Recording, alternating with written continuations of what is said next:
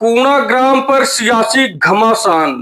इस मुद्दे पर सियासत भी गर्मा गई है। कांग्रेस नेता अनिल धानक ने नायब सिंह सैनी सरकार पर तीखा हमला बोला है। नमस्कार, अगर आप हमें फेसबुक पेज पर देख रहे हैं तो हमारे पेज को फॉलो करना न भूलें। अगर आप हमें यूट्यूब पर हैं तो हमारे चैनल को सब्सक्राइब करें, वीडियो को लाइक करें और शेयर करके सच्चाई को हर घर तक पहुंचाने में हमारी मदद करें। भाजपा सरकार ने हरियाणा के स्वच्छ शहरों को कूड़ा ग्राम बना दिया है। जनता गंदगी के बीच रहने को मजबूर है और मुख्यमंत्री की नैतिक जिम्मेदारी लेते हुए इस्तीफा दे देना चाहिए। भीषण गर्मी के बीच सड़कों पर सड़ रहे हैं कचरे के संक्रामक बीमारियों के फैलने का खतरा बढ़ गया है।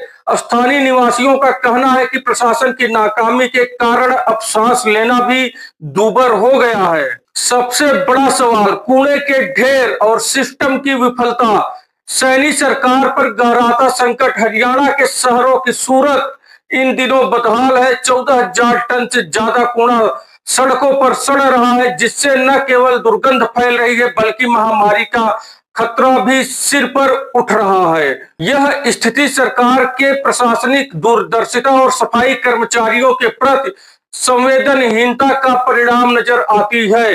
हड़ताल का लंबा खींचना इस बात का प्रमाण है कि नायब सिंह सैनी सरकार और सफाई कर्मचारियों के बातचीत के रास्ते पूरी तरह बंद हैं। सरकार के मांगों को अनसुना करके आम जनता के लिए स्वास्थ्य का संकट बन गया है। अनिल धानक का कड़ा प्रहार। कांग्रेस नेता अनिल धानक ने सरकार को घेरते हुए इसे प्रशासनिक पंगुता करार दिया है। उनका कहना है कि सरकार विज्ञापनों में स्वच्छ भारत का दम भरती है, लेकिन हकीकत में राज्य की जनता को नरक जैसी स्थितियों में रहने के लिए छोड़ दिया गया है।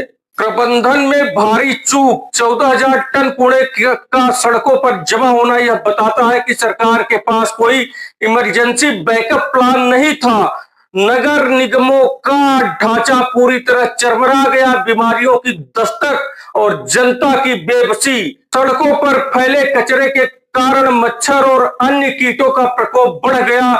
स्थानीय निवासियों का कहना है कि सरकार और प्रशासन केवल बैठकों में व्यस्त है, जबकि धरातल पर सांस लेना भी दूभर हो गया है।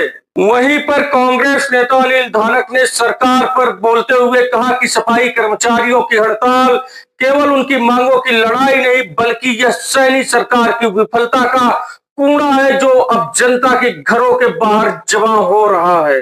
नायब सिंह सैनी सरकार से ऐसे ही सवाल। किसी भी राज्य की प्रगति उसकी बुनियादी सुविधाओं से मापी जाती है।